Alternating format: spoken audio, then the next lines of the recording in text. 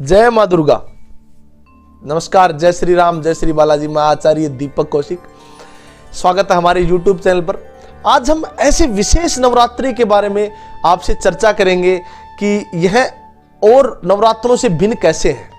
और अभी तो नवरात्रा शुरू होने वाला है, चंद दिनों में यह त्योहार आने वाला है। तो अगर आप माँ दुर्गा के सच्चे भक्त हैं या आप इनकी पूजा करते हैं तो इससे आपको बहुत बड़ा फल मिलेगा। तो आज हम बताते हैं आपको कैसे करना चाहिए नवरात्रों की पूजा। सनातन धर्म में नवरात्रि पर्व का बेहद ही खास महत्व है। मुख्य रूप से नवरात्र शरद और चैत्र मास में आते हैं, लेकिन शास्त्रों के अनुसार यह 4 प्रकार की होती हैं। माघ और आषाढ़ में पड़ने वाली नवरात्रि को गुप्त नवरात्रा कहा जाता है। इस साल 2 फरवरी 2022 को यह शुरू हो रहा है।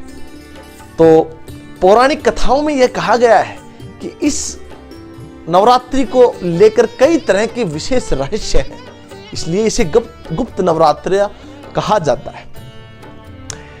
हम जानेंगे कि कैसे करनी चाहिए नवरात्रों की पूजा। पौराणिक कथाओं के अनुसार चैत्र और शारदीय नवरात्रों में सात्विक प्रकार से पूजा की जाती है, लेकिन शारदीय नवरात्रों के और चैत्र नवरात्रों से अलग होकर गुप्त नवरात्रों में माँ दुर्गा की गुप्त तरीके से, यानी बिल्कुल शांत वातावरण में, आप किसी को भनक तक नहीं लगनी चाहिए कि आप नवरात्रों की पूजा कर रहे हैं। आसपास किन्हीं लोगों को यह भनक ना हो कि आप नवरात्रा की पूजा कर रहे हैं। ऐसी मान्यता है कि इस दौरान जितनी गोपनीयता रखी जाए उतनी ही सफलता आपको मिलती है। तो 2 फरवरी 2022 के दिन, बुधवार के दिन नवरात्रों का शुभारंभ है और इसकी समाप्ति 10 फरवरी 2022 दिन गुरुवार तक नवरात्रि रहेंगे। अब बात करते हैं कलश स्थापना की। अगर माँ दुर्गा की आप पूजा करते हैं तो इसमें कलश का विशेष महत्व है। तो कलश स्थापना, घट स्थापना भी बोलते हैं, 2 फरवरी 2022 को प्रातः 8:34 से लेकर 9:58 तक आप कलश स्थापना कर सकते हैं। ये सबसे श्रेष्ठ मुहूर्त है। इसके अलावा 12:13 से लेकर 12:58 तक ये अभिजीत लगन है। इस लगन में भी आप कलश स्थापना कर सकते हैं।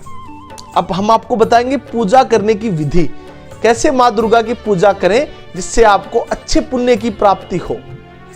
शारदीय नवरात्र और चैत्र नवरात्र की तर्ज पर ही गुप्त नवरात्रों में कलश स्थापना की जाती है। यदि कलश की स्थापना की है तो आपको सुबह और शाम, यानी दोनों समय, दुर्गा चालीसा या दुर्गा सप्तशती का पाठ करना बहुत आवश्यक है। आप दुर्गा माँ के मंत्र जाप भी कर सकते हैं। गुप्त नवरात्रा में माँ दुर्गा का भोग लौंग और पतासे से लगता है। तो ध्यान रखिए, आप दुर्गा माँ का जब भोग लगाएं, जो लौंग और पतासे से लगाएं, माता विशेष प्रसन्न होती है इनसे। अब हम आपको अंतर बताएंगे शारदीय नवरात्रि और चैत्र नवरात्रों से कैसे अलग है ये नवरात्रि। 4 नवरात्रों में से 2 को प्रत्यक्ष नवरात्रा कहा गया है, और क्योंकि इनमें गृहस्थ जीवन वाले साधना पूजन करते हैं, लेकिन 2 गुप्त नवरात्रे होते हैं। आमतौर पर साधक, सन्यासी, सिद्ध प्राप्त करने वाले लोग ही इसकी उपासना करते हैं। हालांकि चारों ओर नवरात्रों में देवी की सिद्धि प्रदान करने के लिए विशेष हमको आशीर्वाद मिलता है, लेकिन गुप्त नवरात्रों के दिनों में देवी की इस 10 महाविद्याओं की पूजा करनी बहुत जरूरी है। इससे जिनका सिद्धियों में विशेष महत्व है, जो भगवान में लीन होना चाहते हैं। जबकि प्रत्यक्ष नवरात्रों में सांसारिक जीवन से जुड़े हुए चीजों को प्रदान करने वाली देवी के 9 रूपों की पूजा की जाती है। गुप्त नवरात्रों में अगर आप आमजन चाहे तो किसी विशेष इच्छा पूर्ति सिद्धि के लिए गुप्त नवरात्रों की साधना करने में मनोरथ पूर्ण कर सकते हैं।